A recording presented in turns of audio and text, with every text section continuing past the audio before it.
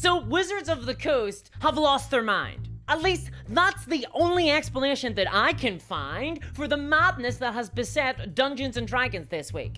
I mean, that or Hasbro Wizards have employed a team of marketers who will say anything to try and protect the company's spiraling reputation, culminating in one of the most deceitful public statements that I have ever witnessed. Because yes, Wizards have finally responded to the OGL scandal and released a big ol' statement hidden away in the article section of the D&D Beyond website. And you may have heard some people say that this statement is a backpedal. The Wizards have conceded to the community, or that they have learned their lesson and things are better now. I would love that to be true, but it's not. In fact, in Wizards' statement, they lie multiple times, they make very few concessions, and then they try to condescendingly gaslight the entire community. And I do not use those words lightly. Genuinely, this is the worst response to a community outcry that I've ever seen. And I play Warhammer. Okay, so what's going on? Well, very quickly, there is such a thing as a D&D open game license. This guarantees that any third-party creators like Paizo,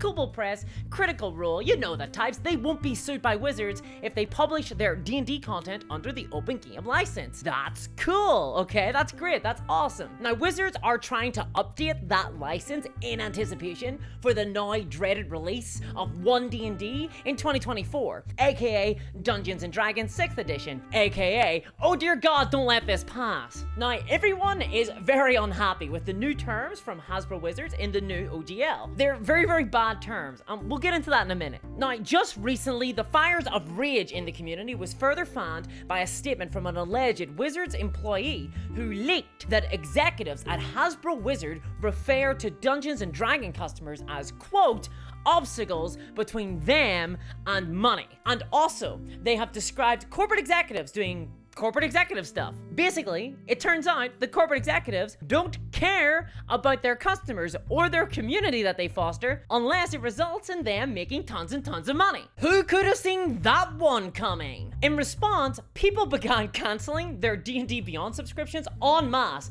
and boy has that made Wizards of the Coast sit up and listen. Turns out you hit them in the wallet, now they care all of a sudden. Let me tell you, there's been a panicky few days down at head office, I bet. And now, almost 10 days later, Wizards have finally slunk out of their cave to issue a response. And oh my granny goodness, what a response it is. Hidden away in the depths of the D&D Beyond website, they said this. We have always wanted the ability to prevent the use of D&D content from being included in hateful and discriminatory products. Firstly, the original OGL that everyone, except Hasbro Wizards apparently, was happy with, already allows Wizards to prevent racist content via the normal legal means. They can issue DMCA takedowns. This excuse is just horseradish. But the PR team over at Hasbro Wizards know that racism is one of the few things that could help galvanize the entire community and mitigate the anger that's currently directed at Hasbro Wizards. To double down on the point, out of nowhere,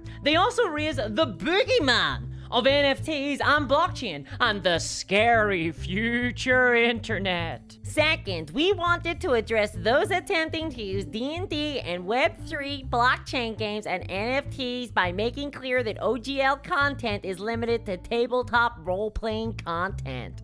Hasbro just want to stop NFTs, you guys. After all, just last year there was all that talk of potential D&D NFTs. From Hasbro! Hasbro are the only people to have ever publicly talked about wanting NFTs in Dungeons & Dragons. That's the same Hasbro that currently, right now, are selling Power Ranger NFTs. NFTs were trendy last year and they seemed pretty profitable. Hasbro's in! Now that the community is anti-NFT, we'll throw that in the public statement. Scare some folk. Why not? We're not gonna do it now. This is an invented specter. There's no threat of this from anyone except Hasbro. But they will use anything in their arsenal to desperately try and rally the D&D community against a common enemy, one that isn't them, by appealing to the perceived values of the community. Which brings us to the final rationale for the OGL change. And third, we wanted to ensure that the OGL is for the content creator, the homebrewer, the aspiring designer, our players, and the community. Not major corporations to use for their own commercial and promotional purpose. You guys, Hasbro are the underdogs. They just want to protect themselves from the big, nasty megacorps who only want to use D&D for their own game. Hasbro, I hate to be the one to tell you this. You are the megacorp! You are massive! May I ask, what other companies are even close to Wizards of the Coast size? We're talking about a company here that is worth more than $1 billion. That is a subsidiary of a major conglomerate with a net worth of $8.5 billion. Paizo, by contrast, have a net worth of $5 million. Oh, you wouldn't want that megacorp to get a sniff in. Hasbro, we're 200 times the size of Paizo. By the way, Chris Cox, as an individual, is worth at least $2.5 million. But Wizards of the Coast don't see a tabletop RPG community. They see a Dungeons and Dragons community, owned by them. A community that exists only to be monetized. And they don't want anybody else getting a lick of milk out of their cash cows. Oh no.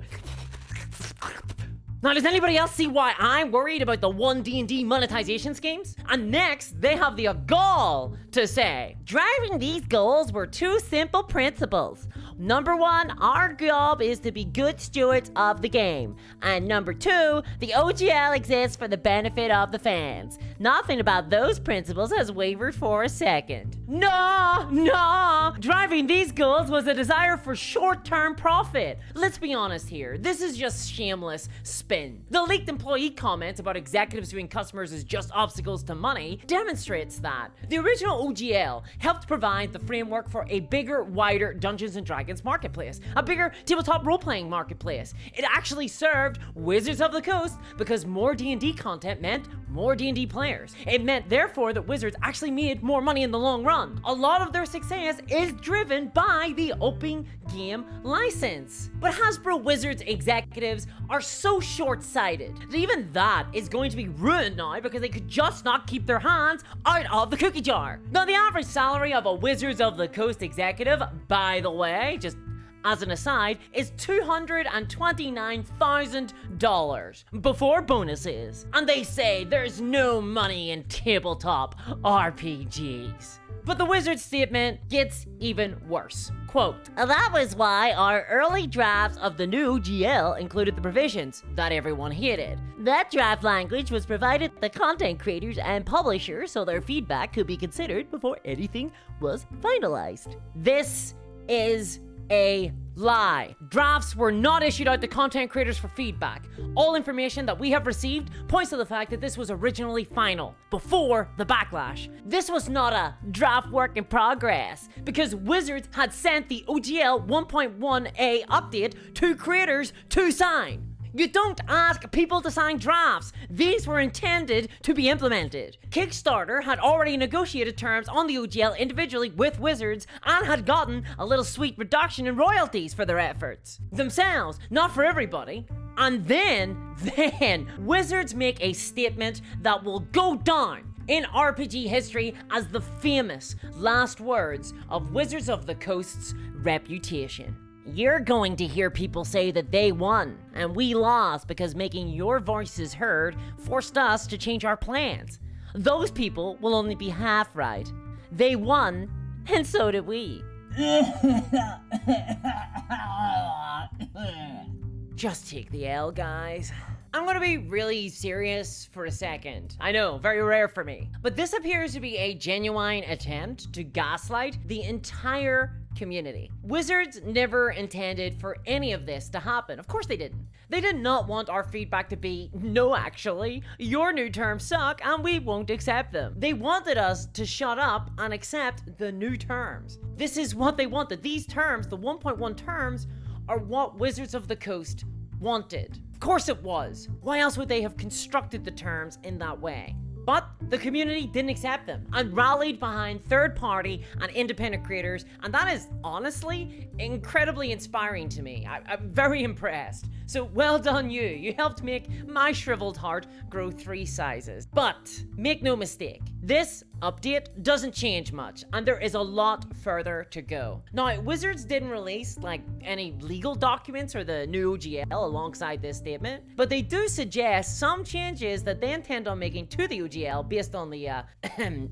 mass feedback of the community, aka thousands and thousands of dollars in lost revenue from D&D Beyond sub cancellations. It's clear from the reaction we rolled a 1.